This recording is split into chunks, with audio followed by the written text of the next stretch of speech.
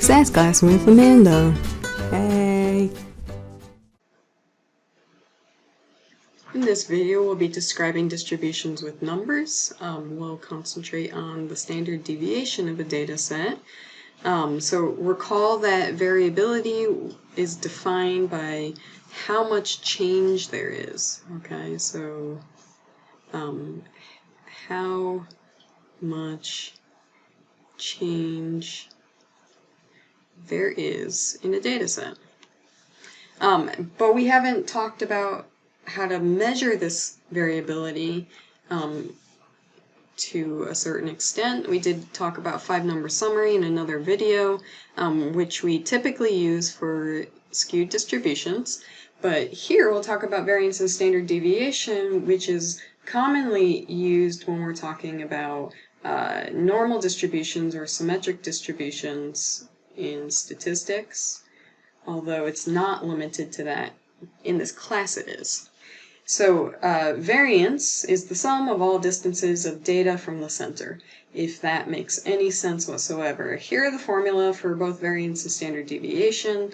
The reason why I'm not going to go into too much detail about these formula is because you don't have to have them memorized, but I will try to motivate the formula. So the sum of all distances from the center. Okay, so we're talking about a symmetric distribution.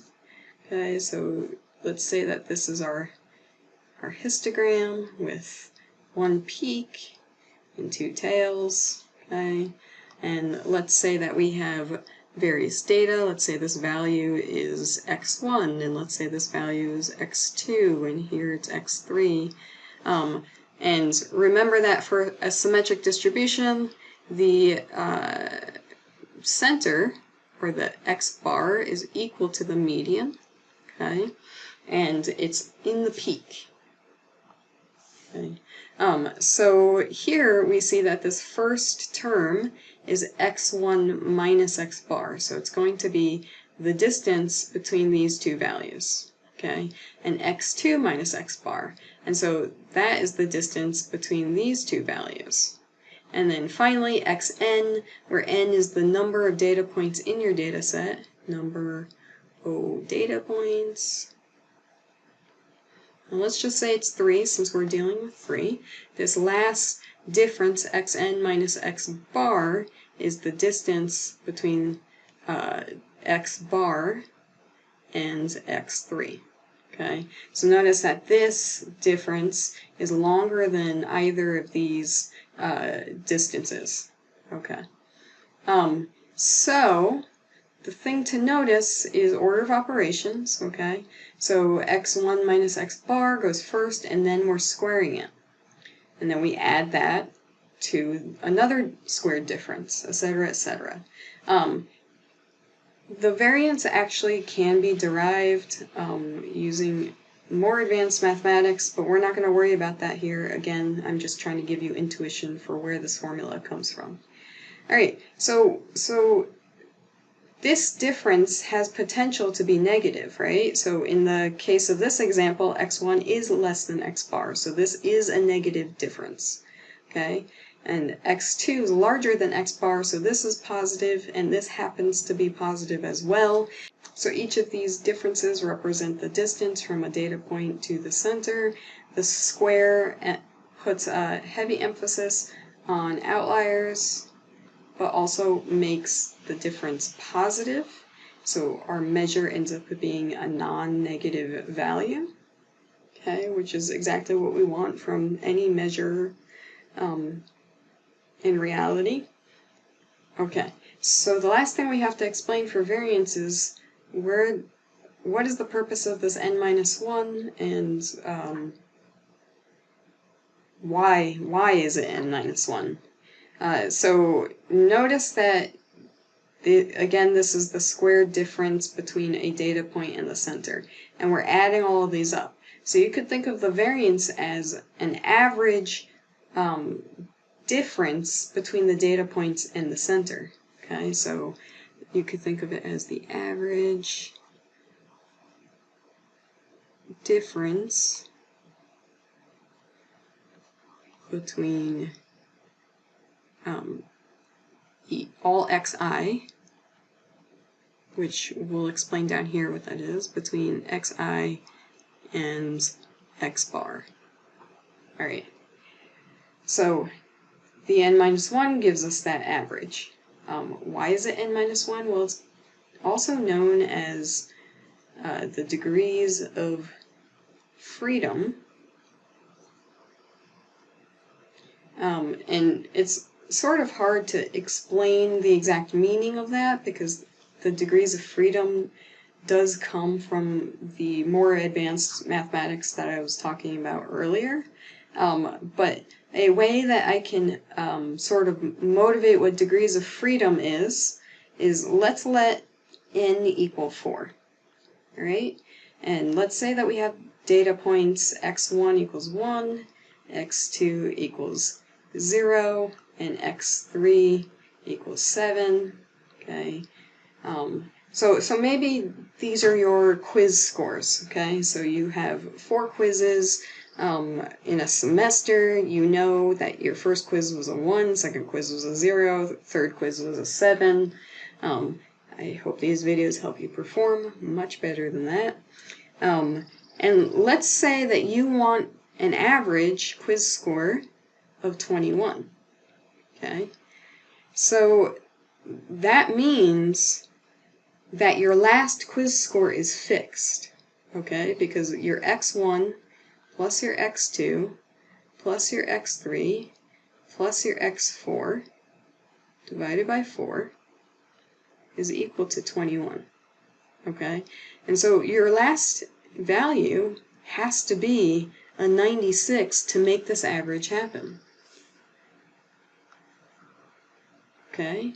So you had freedom to get any quiz 1 score, any quiz 2 score, any quiz 3 score. You had freedom to get those scores, and it will always fix what your x4 will be given the average that you want. Okay, so that's sort of your degrees of freedom. N minus 1. 4 data points minus 1. So that's the first 3 quiz scores. And that's sort of a motivation for where the term degrees of freedom comes from. Standard deviation is your variance the square root of your variance, okay? And so you're just taking this formula and you're taking the square root of it. I won't explain what these summations are in this video, but it's more, this makes it a compact way of explaining what this numerator is, okay? You should check out the summation sign sheet available on our class website.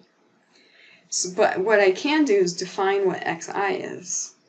Xi are each of the data points. It's the ith data point. So I is sort of an index for the data points. So know that x1 is your first data point, x2 is the second, etc. And then remember your x bar is the mean. Okay, so I'm just explaining each of these symbols. Alright, and n is the number of data points. Alright, so remember our example from earlier, from the other video, or maybe it's this video, I can't remember, where we're talking about the heights of basketball players in inches. So if we were going to calculate the standard deviation of that data, we would do s squared. So you want to calculate s squared first, and it's going to be 49 minus 71.67 squared plus, you can do that for each of the data points. Our last data point was a 92 minus 71.67 squared divided by n is 15, so n minus 1 is 14. Okay, and then we would get s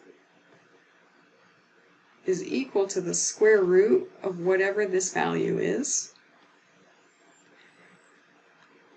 and that's equal to 11.76. So standard deviation has the same units as your mean. It's 11.76 inches.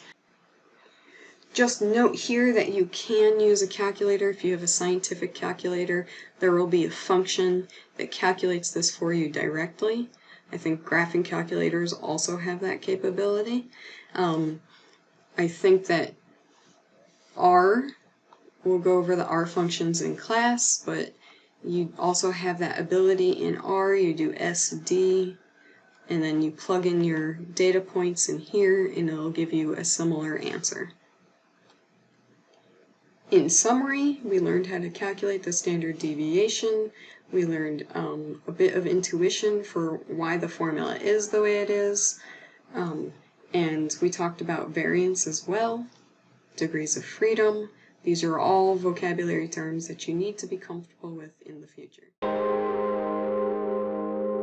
My name is Llama, and I'm here to teach you stats, skilling you up with them cold hard facts.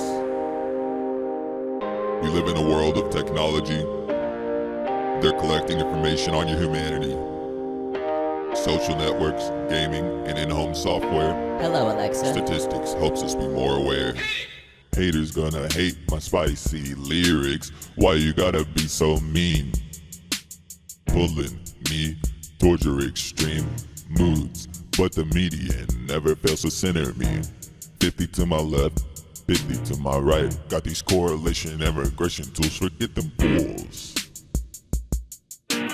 My name is Llama, and I'm here to teach you stats, skilling you up with them cold hard facts. My name is Llama, and I'm here to teach you stats, skilling you up with them cold hard facts.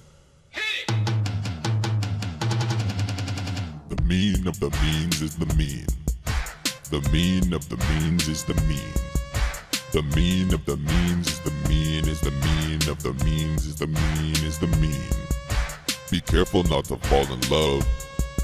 Statistical seduction from above. Your shape so beautifully symmetric to the eye with a single peak so high.